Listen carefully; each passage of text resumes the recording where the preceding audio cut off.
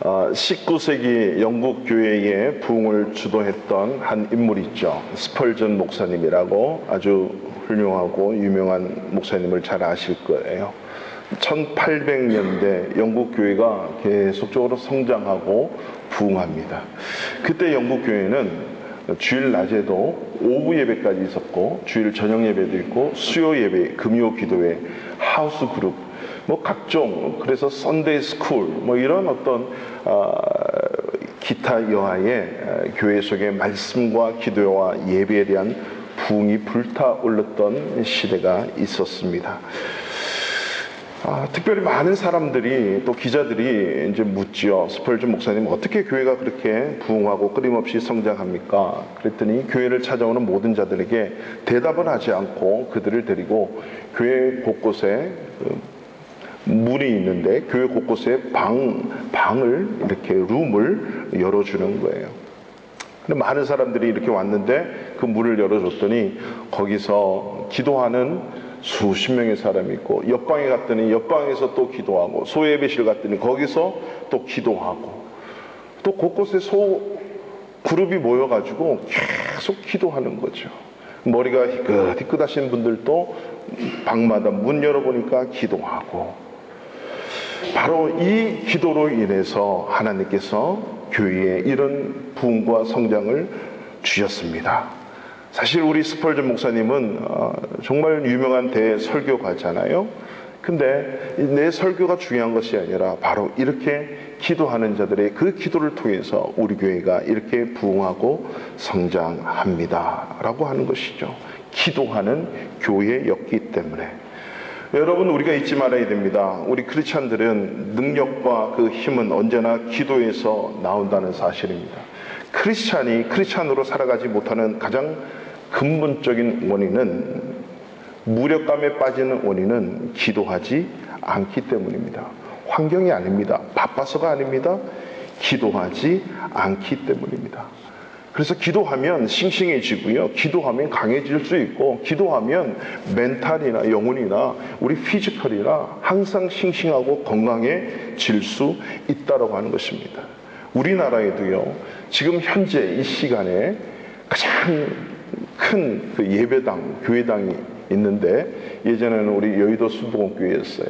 근데 언제부턴가 이게 바뀌었거든요. 연세중앙침례교회라고 15,000명이 한꺼번에 예배 드릴 수 있는 장소예요. 근데 그 교회가 계속적으로 부흥성장하는 그 이유가 있어요. 24시간 365일 그 큰 15,000명이 들어가는 그 본당이 불이 꺼지지 않아요. 물론 이런 불도 안 꺼지는데 계속적으로 기도하는 거예요. 24시간 동안 기도하는 그 기도를 통해서. 그리고 연세중앙교회 담임 목사님이 설교하시면요, 그 지하에 기도하는 그 기도의 일꾼이 하루 종일 주일날 그 밑에서 기도해요. 지금도. 뿐만 아니라 그 전에는요, 우리 제일 가장 규모가 컸던 우리 여의도 순복음교회 조영기 목사님,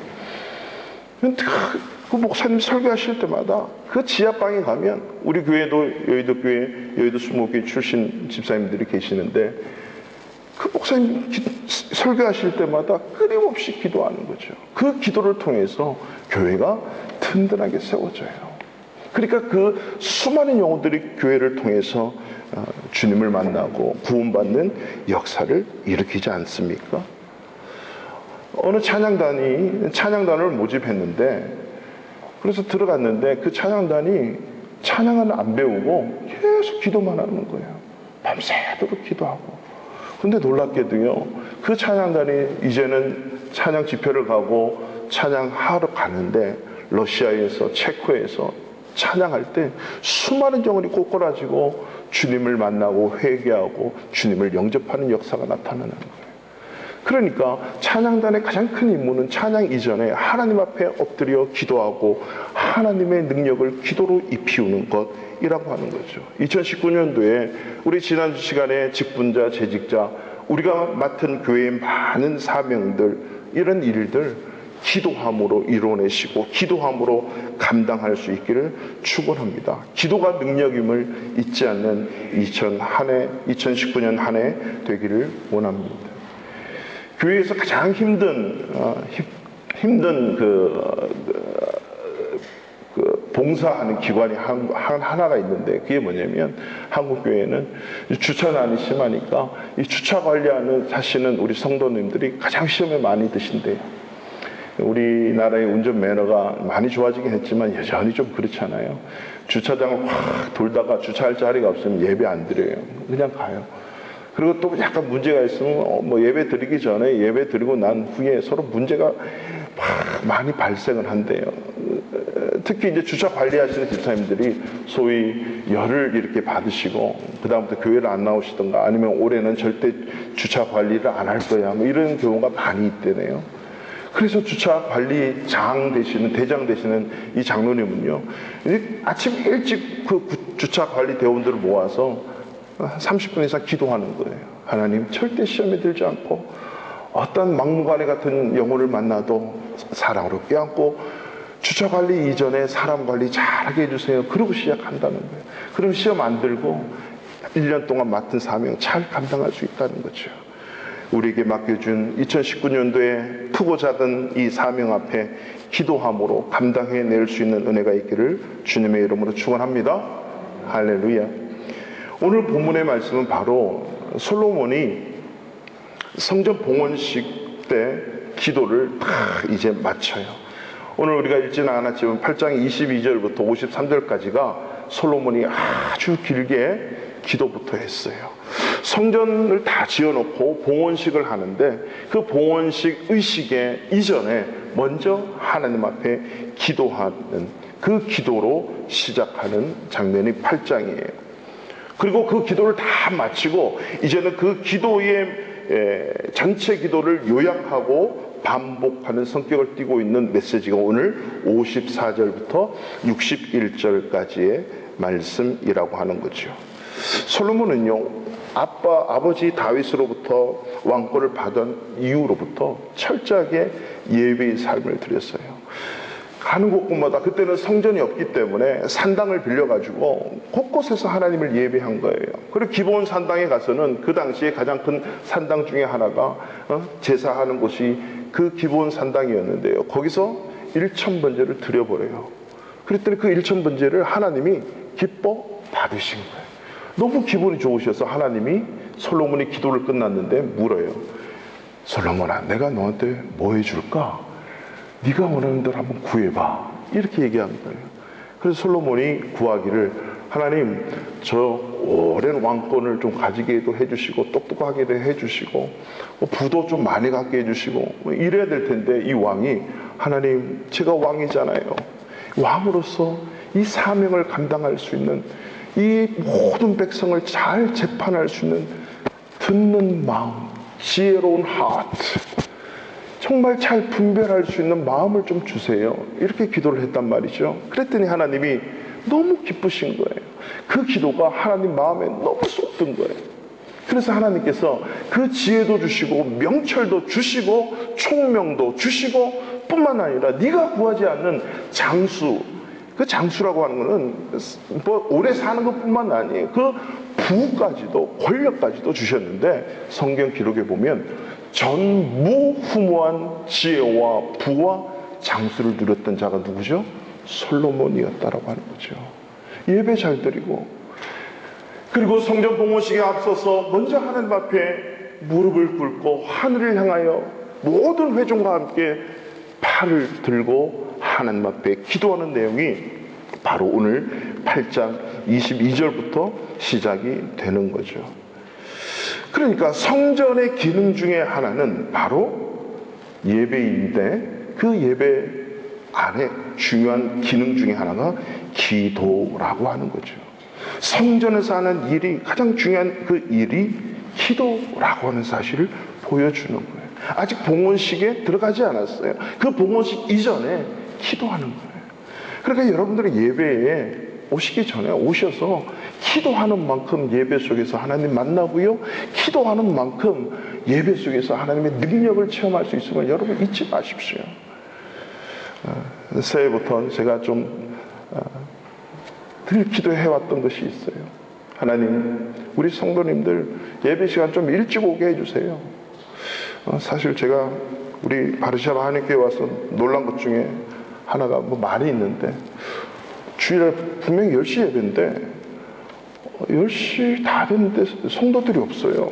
성가대만 와서 성가대 전용 예배인가 라고 할 정도로 우리 교회 같은 교회가 우리끼리 얘기해요. 자가 진단을 잘해야 돼요. 우리 교회 같은 교회가 많이 없어요, 이 세상에. 그래서 요즘에는 많이 오시잖아요, 일찍. 최소한 30분 전에 교회 오셔서 주보 보시고 기도로 준비하셔야 돼요. 그렇게 준비하는 만큼 하나님은 그 그릇에 큰 은혜를 베푸심을 여러분 잊지 마십시오. 사렙다 과부에게 엘리야가 그러잖아요. 있는 그릇 다 준비해라. 준비하는 만큼 그 양만큼 하나님 채우셨다는 거죠. 영적인 것도 그렇습니다. 하나님 앞에, 살아계신 하나님 앞에 준비하는 만큼 여러분 하나님이 부어주신다는 사실을 잊지 마시고 2019년도에는 기도로 준비하고 기도로 우리의 모든 사명을 감당해낼 수 있는 은혜가 있기를 주님의 이름으로 축원합니다. 축원해요. 그래서 그 기도의 의미는요, 오늘 솔로몬이 아주 잘 보여줬어요. 무릎을 꿇고 8장 22절에 보니까 무릎을 꿇고 회중 앞에 서로 서서 하늘을 향해 손을 펴고 그렇게 이렇게 기도하는 거죠. 여러분, 팔을 핀다는 의미는 뭐 많은 여러 가지 의미가 있는데 가장 큰 의미는 하나님 영광 받아 주십시오. 이게 손을 들고 하나님께 기도하는 거죠. 하나님께 손을 들고 기도하는 거. 영광 받아달라고. 두 번째 의미는요, 손을 들고 기도한다는 것은요, 항복이에요. 항복. 그러니까 기도라는 거 하는 것은 나를 다 내려놓고 하나님께 항복하는 거예요. 우리가 기도할 때 손을 들고 기도합시다 그럴 때 기도할 때 손을 못 드는 가장 큰 이유는 팔이 아파서, 두 번째 좀 창피하니까, 쑥스러워서. 손을 들고 기도하는 이 참 그죠?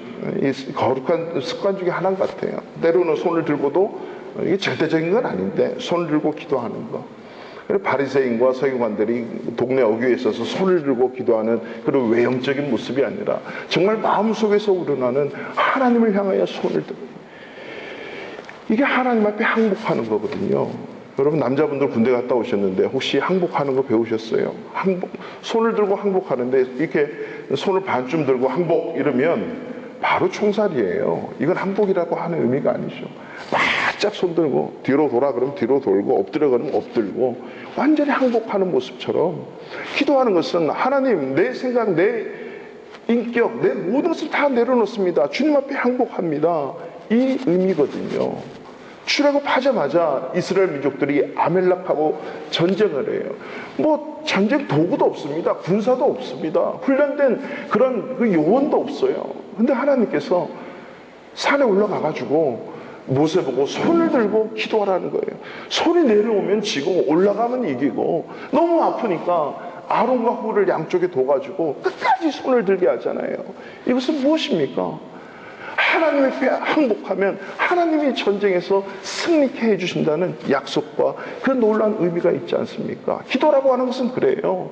나의 모든 것을 쏟아놓는 거고 내 모든 것을 내려놓고 하나님, 제가 항복합니다. 하나님만 승리자이고 하나님만 나를 이끄실 수 있습니다라고 하는 표현이라고 하는 것입니다. 그래서 기도라고 하는 것은요, 인간에 대한 하나님의 태도를 바꾸는 것이 아니라 하나님께 대한 내 인간의 태도를 바꾸는 것이 기도라고 하는 것입니다. 그래서 하나님은요, 기도라는 것을 통해서 참된 인생을 만들어 가십니다. 기도하는 자를 통해서. 그래서 여러분, 기도할 때 분명히 내가 원하는 것을 가지고 기도했더니 어느 순간에 보니까 내가 원하는 대로 되어 있는 것이 아니라 하나님이 원하는 대로 되어 있는 모습을 혹시 발견한 적이 있습니까? 그것이 진짜 기도라고 하는 거죠. 그것이 기도. 조지 물러가 5만 번을 응답받았다고 했는데 가만히 책을 읽어보면 자기가 원하는 대로 응답받은 게 아니고 하나님이 원하신 대로 응답받은 내용들이에요. 하나님께서 원하시는 대로. 그러니까 무응답이 없다는 거죠. 대답을 안 하시는 것조차도 하나님의 응답이었다. 2019년도 새해에 새로운 참된 인생을 살기 원한다면 기도하는 인생으로 결단하시고 실천할 수 있는 은혜가 있기를 주님의 이름으로 축원합니다. 그래서 우리가 기도하기 위해서 필요한 것이 오늘 54절부터 61절의 말씀을 통해서 살펴보기를 원합니다. 첫 번째, 기도하기 위해서 필요한 것은요, 기도하면 반드시 이루어진다라고 하는 사실, 그 믿음이 필요합니다. 기도를 안 하니까 안 이루어지는 거예요. 기도해야 이루어진다라고 하는 것입니다.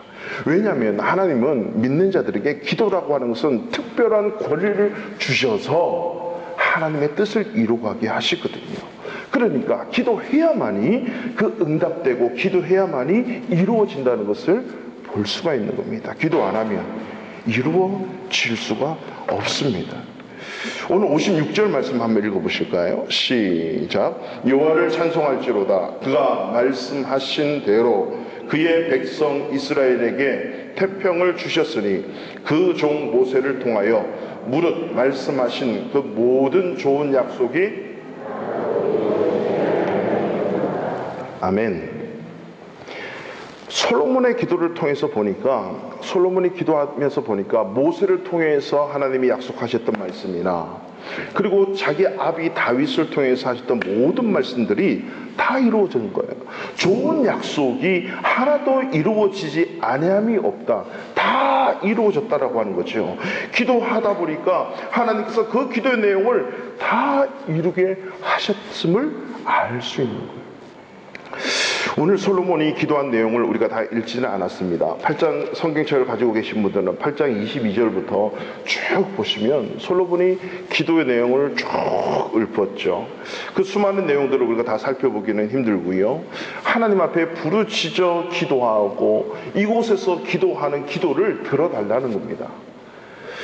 하나님, 이 성전에서 앞으로 수많은 자들이 기도하게 될 텐데 그 기도를 다 들어주십시오. 그 기도의 내용 인집하면서 8장 22절부터 그 기도의 내용이 조목조목 나와 있습니다. 그 기도의 내용들. 특별히 우리가 간단히 살펴보면 33절부터의 말씀을 보면 적국, 원수의 국가에 패했을 때 그 패한 상태에서도 기도하면 하나님께서 그 패한 땅에서 돌아오게 하신다는 겁니다. 그리고 기도할 때, 그렇게 원수들에게 패했을 때 기도하겠습니다 하나님, 그러면 그 다시 저희들에게 이제 승리감을 주셔서 이 땅으로 돌아오게 해주세요. 뿐만 아니라 44절부터 보면 전쟁할 때, 하나님, 그 전쟁할 때 우리가 지고 있는데 예루살렘 성전을 향해서 기도하면 하나님, 우리를 다시 한번 응답해 주셔서 그 전쟁에서 패함이 없도록 승리케 해 주십시오. 서로 전쟁에 져서 포로로 붙들려 갔어요. 포로로 붙들려 가 있을 때라도 예루살렘 성전을 향해서 하나님 앞에 기도하면 하나님 아버지, 꼭 우리를 다시 한번 회복시켜 주십시오. 다니엘이 바벨론에 붙들려 갔지만, 페르시아 제국에 붙들려 갔지만 하루 3번 예루살렘 성전을 향해서 문을 열고 기도합니다. 그 기도를 통해서 예루살렘으로 모든 포로들이 다 돌아오지 않습니까? 이 말씀은 세상에서 우리가 싸워야 될 것들이 많이 있는데 실패할 수 있다는 거죠. 지치고 절망할 수 있어요. 때로는 신앙생활에 있어서요, 백슬라이딩 할 수 있다는 겁니다. 신앙의 그런 패배를 맛볼 수 있다는 거죠. 그 속에서 잊지 말아야 될 것은 기도해라는 겁니다. 기도하면 하나님께서 다시 한번 회복시키시고 승리케 하신다는 약속, 기도할 때 맛볼 수 있다는 사실입니다. 여러분 삶에 어떤 실패가 있어도 실망하지 마십시오. 기도 잊지 마시기 바랍니다. 기도하면서 그 실패 속에, 아픔 속에서 승리할 수 있는 은혜가 있기를 축원합니다. 뿐만 아니라 35절을 보시면 가뭄당할 때 기도하면 하나님께서 그 가뭄, 그리고 35절 이후 37절에 보면 기근이나 전염병이 있을 때, 이 땅에 기근이 있고 전염병이 있고 가뭄이 임할 때 하나님, 우리가 여기서 기도하면, 이 성전에서 기도하면 그 가뭄 속에서, 전염병 속에서, 기근 속에서 벗어나게 해주십시오. 하나님께서 그렇게 해줄 줄로 믿습니다 라고 하는 겁니다.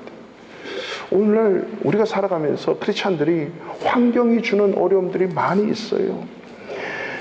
정말 우리가 이래저래 열심히 살아보고 그저 그 환경에 대해서 이겨보려고 몸부림칩니다. 날씨도 마찬가지예요. 기후 변화가 있고 갑자기 없던 눈이 내리고 뭐 지진이 일어나고 화산이 폭발하고 쓰나미가 오고 뿐만 아니라 전염병이 창궐하고 질병 가운데, 연약함 가운데, 인생의 각종 어려움 가운데 기도하면 하나님이 그 어려움을 해결해 주신다는 거죠. 기도하지 않으니까 안 오는 거예요. 그럼 만약에 눈이 엄청 왔어요. 그러면 하나님 눈이 너무 많이 오네요. 눈 좀 안 오게 해주십시오 하나님. 여러분 혹시 기도해 본 적 있어요? 제가 이거 보니까 눈이 너무 많이 왔는데 이 눈을 치우기가 너무 힘들어요. 그래서 하나님이 눈을 내리셨다면 하나님이 녹여주십시오. 하나님이 녹여주셔야 돼요. 날씨가 뜨거워. 하나님 날씨가 너무 뜨거워요. 아니 너무 추워요. 좀 따뜻하게 해주세요.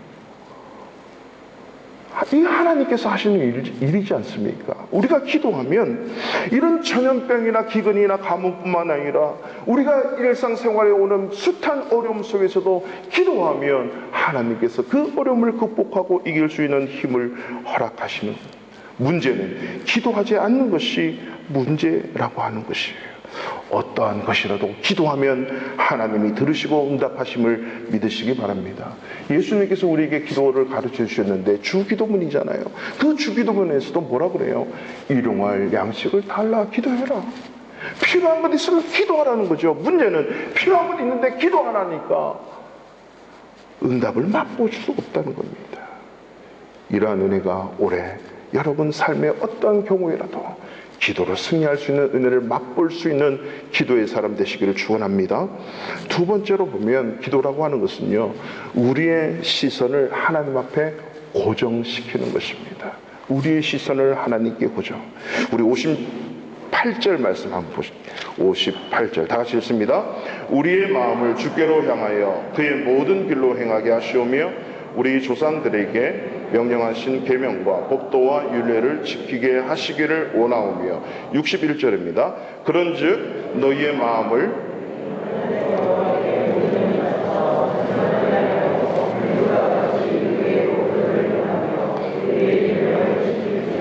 아멘. 우리의 마음을 너희의 마음을 우리 하나님 여호와께로 향하여. 여러분 우리가 마음이라고 하는 것은 우리의 마음의 눈이라고 하는 것이 있죠. 마음의 눈 이렇게 표현을 해요. 우리가 시선을 이렇게 보고 있어도 마음은 딴 데 갈 수 있거든요. 그죠? 우리가 이렇게 시선을 보고 있어도 마음은 딴 데 갈 수 있어요. 그렇지만 그 마음만큼 있는 곳이 내가 내 영적인 시선, 보이지 않는 시선을 고정한 것입니다. 그러니까 우리의 마음이 하나님을 향하느냐. 히브리서 12장 2절을 보면 믿음의 주요 온전케 하시는 주님을 바라보라. 온전케 하시는 예수를 바라보라 할 때 fixed your eyes on Jesus Christ. 예수께 그 눈을 고정시키라고 하는 거죠. 그 눈을 고정시킨다고 해서 마음이 고정되었나? 아닙니다. 마음이 고정되어야 눈이 가는 것입니다. 눈은 갈 수 있겠으나 그 마음은 하나님께로, 예수님께로 갈 수 없을 때가 많이 있어요. 예배는 나오지만 내 마음이 스마트폰에 가 있고, 내 마음이 어떤 연락 오는 데 가 있고, 내 마음이 예배 마치고 골프를 치는 데 가 있고, 내 마음이 이제 다음 오후에 있어야 될 그 일에 가 있다면 진짜 하나님을 향해서 있지 않는 마음이라고 할 수 있죠. 우리가 픽스한다는 것은 내 마음을 하나님께 고정을 시킨다라고 하는 것입니다. 그래서 건강한 사람은요, 건강한 시선에 있습니다. 건강한 마음이죠. 주님을 바라보는데 방해가 되는 것이 있다면 과감히 끊을 수 있어야 하나님께만 고정할 수 있다라고 하는 거죠. 공부하는 학생이 막 공부하는데 만화책이 왔다 갔다 하고 게임이 왔다 갔다 하고 스마트폰이 왔다 갔다 하고 다른 생각이 왔다 갔다 하면 공부에 집중 못하는 거예요. 그럼 그걸 끊어버려야 돼요.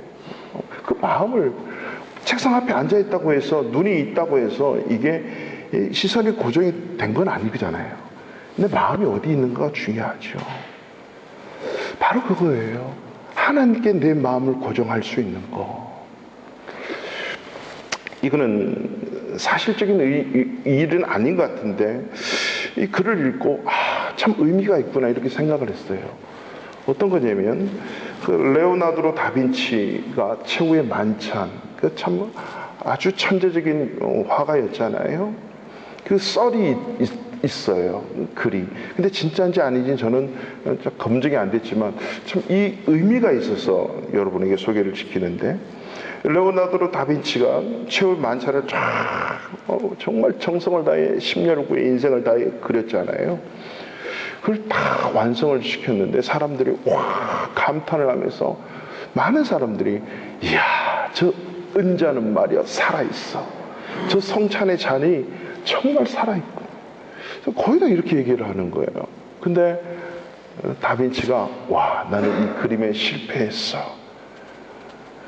이 성만찬 하는 이 그림의 초점은 정중앙에 있는 예수 그리스도인데, 그 예수 그리스도에게 시선이 가 있지 않고 사람들이 보면서 그 잔에 시선이 가 있다는 거죠. 그게 먼저 보였다. 그래서 그 그림을 확 지웠대요. 그리고 다시 그려서 예수님의 그 머리에 후광을 그려놓은 거래요. 최후의 만찬 보시면 예수님 그 얼굴 뒤에 후광이 있죠. 그렇게 그려놨다는 것 아닙니까? 왜? 그 시선이 딴 데 뺏기지 않고 오직 예수 그리스도께만 그 시선을 맞추게 하기 위해서. 우리가 예배 가운데 은혜 받는 사람들의 특징이 있어요. 은혜 받는 사람의 특징. 예배에 집중하는데 하나님께만 집중하는 거예요. 우리가 기도하는 가장 큰 이유는 우리의 모든 시선, 우리의 마음을 하나님 앞에 맞추기 위해서 기도한다는 사실을 잊지 말아야 됩니다. 하나님께 집중할 수 있는 거. 그래서 이 예배 시간은요, 철저하게 하나님께만 집중하십시오. 그 이후에, 그 이전에 뭐 여러 가지 내 중요한 일이 있어도 이 시간만큼은 하나님께 드린다. 내 마음을 집중할 때 하나님을 만나는 놀라운 은혜가 있기를 축원합니다. 집중할 때 어떤 역사가 나타나냐면요, 베드로처럼 한밤중에 유령이 막 갈리 바다 위로 막 걸어와요. 그래 가만히 보면 너무 무서운 거예요. 태풍도 치는데. 근데 베드로가 주님의 음성임을 딱 깨닫고, 와 주님, 저도 주님처럼 좀 그렇게 걸어서 주님께로 가게 해주세요. 그랬더니 예수님이 그래 너도 걸어와 그러잖아요. 그리고 배를 떼어내려서 짠 섰는데 빠지지 않고 물 위에 뜨는 거예요. 그리고 아주 신나게 철컹철컹 걸어갔겠죠. 그런데 순간 주님을 바라보던 그 베드로의 눈이 바람을 봤다는 거예요. 그 바람에 의해서 출렁이는 그 파도 보고 물을 보고 그 시선이 어디로 움직여요? 주님을 바라보던 그 시선이 바람과 파도에 움직이기 시작했을 때 빠져버려요. 허우적대죠. 어부가 빠지면 좀 헤엄을 칠 수 있지 않을까요? 근데 헤엄을 못 쳤는지 목수인 예수님이 딱 가셔서 끌어당기세요. 그걸 봐도요, 예수님은 목수셔가지고 헤엄을 못 치니까 바다를 그냥 걸어버려요. 근데 베드로는 어부인데도 물에 빠졌는데 막 허우적거려. 그 목수가 건져내요. 참 아이러니컬하죠. 중요한 거는 베드로가 물에 빠지면서 어떻게 그 시선이 주님을 고정하지 못하는 거죠. 여러분 오해하지 말고 좀 들으셨으면 좋겠어요. 우리나라 국민의 20%가 거의 우울증이 있대요. 우울증, 좀 정신적인 그런 병들이 좀 다 있다고 통계가 있더라고요. 그 우울증이 생기는 이유는, 저는 뭐 의사는 아닙니다. 근데 숱한 그런 분들을 많이 이렇게 보면요, 왜냐하면 목사님 중에도 우울증이 있고요, 사모님들 중에도 우울증이 있고 사역자들 중에도 우울증이 정말 많아요. 뭐 선교사님들, 예수 잘 믿어도 우울증이 있는 분들이 있거든요. 근데 잘 살펴봐야 돼요. 과연 어디에 내 마음을 집중하고 있느냐가 중요하다는 거죠. 그 우울증의 가장 큰 모습은 나만 바라본다는 거예요. 철저하게 자기 중심적이에요. 자기 감정 중심적이고 자기의 상처, 자기의 완전치 못한 모습을 계속 보니까, 자기만을 보니까 계속 문제가 생기는 거예요. 좀 자기를 벗어나서 자기를 만드신 하나님께 시선을 맞추면 정말 모든 게 다 보이거든요. 이 훈련이 신앙삶, 기도하는 삶이라고 하는 거죠. 여러분 혹시 잘 알고 계신지 모르겠지만 그 선풍기 아줌마라고 혹시 들어보셨죠? 정말 빼어난 미모의 여인이었어요. 근데 그분이 성령 중독이 걸려서 성령하기 시작했는데, 오해하지 마십시오. 이분은 늘 거울과 함께 사는 거예요. 성령을 아무리 해도 이걸 고쳐야 되는데 이걸 맨날 결점만 보이는 거예요. 자기 모습에. 그러니까 계속적으로 뜯어 고치는 거죠. 주님이 이렇게 만들어 놓으셨는데 만드신 주님을 좀 볼 수 있는 여유함, 이런 것이 좀 있어야 되잖아요. 제가 이렇게 생기고 이렇게 못생기고 해도 제가 이렇게 살아가는 이유는 하나님이 만들었기 때문에 어쩔 수 없어요. 이렇게 살아가는 거예요. 하나님께 뭐 다 맡겨야 되지 않겠습니까? 근데 보면서 여기 고쳐야지, 저기 고쳐야지, 계속 자기의 불완전한 모습만 보니까 그 성령의 이게 중독이 걸려서 만족하지 못하는 그 삶 때문에 결국은 그렇게 그죠, 생명까지도 가슴이 아팠어요. 그래서 그런 어떤 정신적인 그런 특별히 우울증 보면요, 예배 생활, 기도 생활 하는 자들에게 찾아올 수 없어요. 그 기도 생활 하면서 그 시선을 하나님께 철저하게 고정시키는 거죠. 그 마음을 하나님께 철저하게 두는 거예요. 우리의 시선을 주님께 철저히 맡겨서, 철저히 바라봐서 참된 인생 만드시는 여러분 되시기를 축원합니다. 마지막으로 솔로몬의 기도는요, 범우주적인 기도였다라고 하는 것입니다. 범우주적인 기도. 우리가 41절을 성경책 가지신 분들은 41절 한번 보실래요? 8장 41절부터 43절까지의 말씀을 한번 보십시오.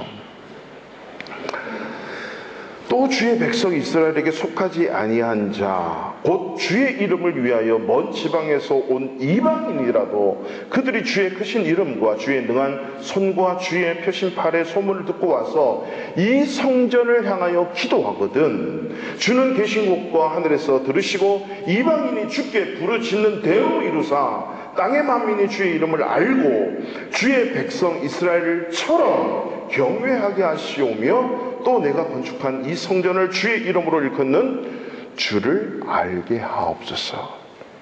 이 말이 무슨 말일까요?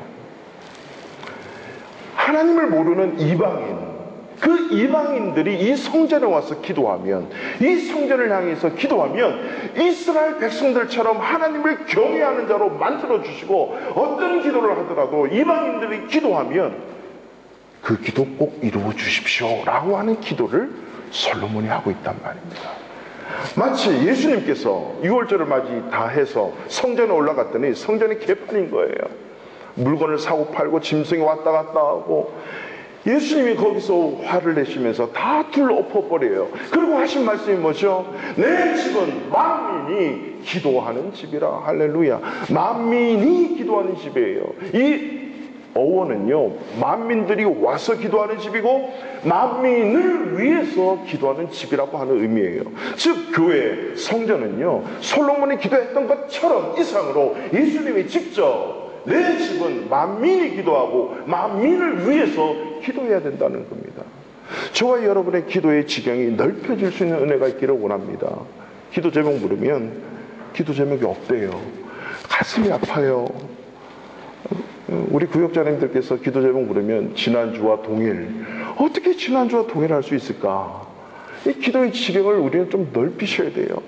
내 가족, 내 거, 우리 교회, 우리 가정 떠나서 나라와 민족을 위해서 좀 기도할 수 있는, 내가 전혀 모르는 아프리카 한 땅을 위해서 기도할 수 있는 그 기도의 지경이 좀 넓혀져야 되는 것 아니겠습니까?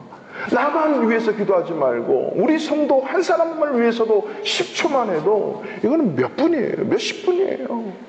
나아가서 우리 함께하는 임마누엘 교회도 있고 또 우리 함께하는 이 한인 사회가 있고 폴란드 땅이 있고 대한민국이 있고 북한 땅이 있고 5대양 6대주에 수많은 하나님의 마음이 있고 하나님의 눈이 있는 그곳에 아직도 하나님이 창조한 자들 중에서 주님께로 오지 않는 자들이 있는데 그들을 위해서 기도하고 또 선교사님들을 위해서 기도하고 사역자를 위해서 기도하고 세계 정치인들을 위해서 기도하고 기도할 게 얼마나 많이 있어요.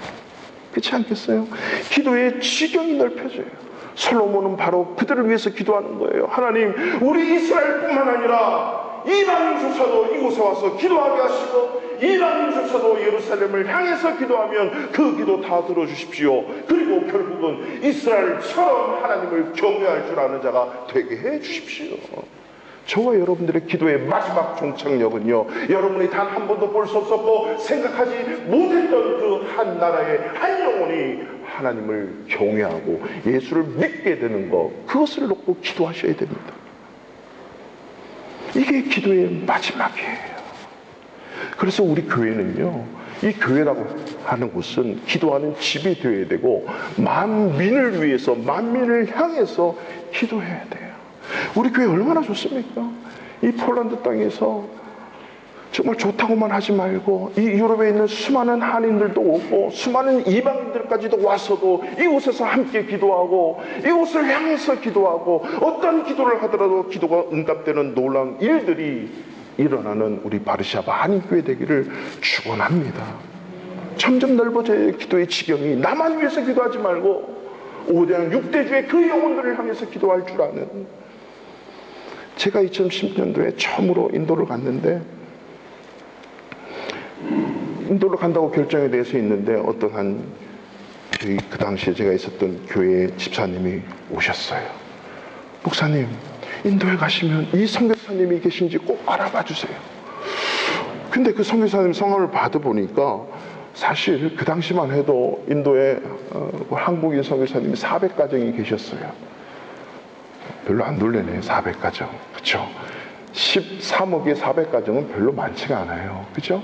인도 전역에 400가정이 있는데 그 이름을 주는데 어떻게 해서 이 이름을 뗐습니까? 그랬더니 목사님, 사실 제가 1년 동안 이 선교사님이 인도에 계시는데 어디 계시는지도 모르고 매일 성경 큐티집에 보니까 이 선교사님이 기도 제목이 계속 왔는데 갑자기 기도하면서 이 선교사님을 위한 기도가 지금까지 계속 됐다는 거예요. 여러분 매일 성경 큐티집 보면 공동체를 위한 기도, 열방을 위한 기도 있잖아요. 예전에는 선교사님들, 세계 선교사님들의 그 기도 제목을 매일 실었었어요. 근데 그분이 매일 성경으로 늘 큐티하고 기도하시는 그 집사님이셨어요. 사업가 집사님이셨는데 이 집사님이 그 기도를 하시다가 마음에 꽂혀가지고 계속 그 선교사님을 위해서 소식을 알고 기도하기 시작했는데 아는 정보는 한 가지, 인도 선교사님이다. 저는 뉴델리로 가는데 이분을 좀 어떻게 좀 알아보라는 거예요. 1년 동안 기도했으니까. 이야, 그래서 저는 감동을 먹었죠. 와, 우리 집사님 참 어떻게 알지도 못하는 인도를 위해서 이렇게 기도하고 계시나. 알겠습니다 하고 제가 갔거든요. 가서 이것저것 하다 제가 타스크가 있으니까 이 만난 분에게 물어봤어요. 거기 갔는데 어떤 한 권사님이 계시길래 밥을 먹다가 권사님, 그 선교사님 이제 좀 소개 좀 시켜주세요 해가지고 선교사님을 소개시켜 달라 그러고 있으면서 그 상황 가운데 물었죠. 이 선교사님 부부를 아세요? 그랬더니 바로 옆에 사시는데요. 바로 옆에 사시는데. 놀랍지 않아요? 별로 안 놀라는 것 같은데. 인도 진짜 크거든요. 폴란드의 몇 배거든요. 바로 옆에 있다는 거예요. 제가 그때 충격을 먹었어요. 제가 이 스토리를 얘기했더니 이 권사님이 뒤로 자빠지셨어요. 아니, 죄송합니다. 자빠지지 않았어요. 놀라셨어요. 당장 그날 밤에 불러서 스토리를 얘기했는데 이 선교사님이 눈물을 흘리시는 거예요.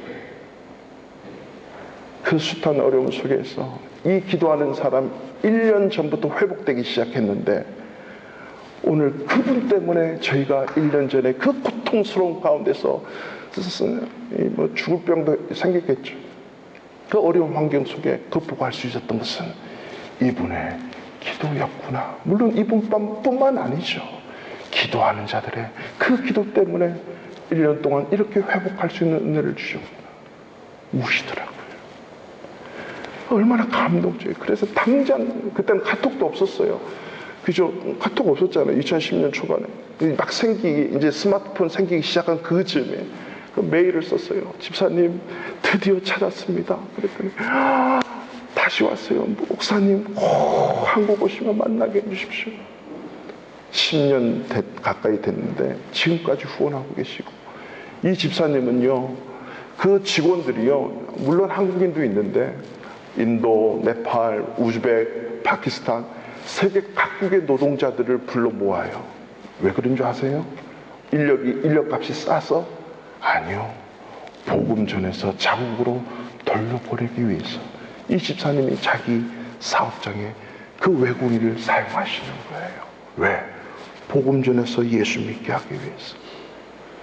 바로 우리가 기도하는 그 기도의 궁극적인 목적은 이렇게 세계의 열방을 향해서 아직도 주님을 모르는 그들을 위해서 기도하기 위함이고, 여러분의 그 기도의 지경이 넓혀진 만큼 하나님께서는 역사하시는 줄로 믿으시기 바랍니다.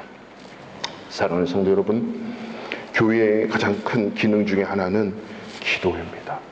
교회를 통해서 기도하는 사람은요, 정말 참된 인생을 만들어 갈 수 있고 건강한 인생을 만들어 갈 수 있습니다. 모이면 기도하고 흩어지면 주의 복음을 증거할 수 있는 우리 바르샤바 한인교회가 됐으면 좋겠어요. 신앙은 한꺼번에 무너질 수도 있다 그랬죠. 그렇지만 대부분 무너지는 경우는 하나 무너져서 돌아보면 무너지게 됩니다. 완전히 타협하기 시작하면 끝나는 거예요. 이혼하는 부부들 95%가요 무슨 큰 일 때문에 헤어지는 게 아니에요. 어떤 작은 하나의 마음이 아프기 시작하면서 이것이 해결되지 않으니까 다투고 악유하고 말싸움하다가 쭉 그런 무관심 갈등이 있다가 끝나는 거거든요. 우리 신앙 마찬가지입니다. 어떤 큰 계기로 신앙이 무너지는 게 아니고요, 기도의 무릎이 연약해져요. 기도해야 될 때 기도하지 않아요. 나도 모르게 무너지기 시작하는 거예요. 그리고 어느새 주님이 안 보이기 시작하는 거예요. 이게 신앙의 백슬라이딩이에요.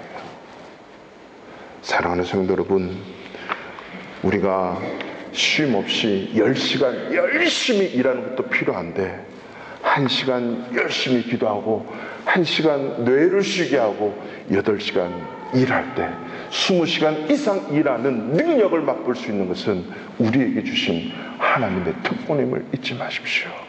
2019년도에 기도하는 인생에 대해 내 인생 속에 살아계신 하나님의 역사하시는 그 기도의 은혜를 맛보아서 우리의 남은 인생 참된 인생으로 멋지게 만들어가는 우리 성도님 되시기를 주님의 이름으로 축원합니다.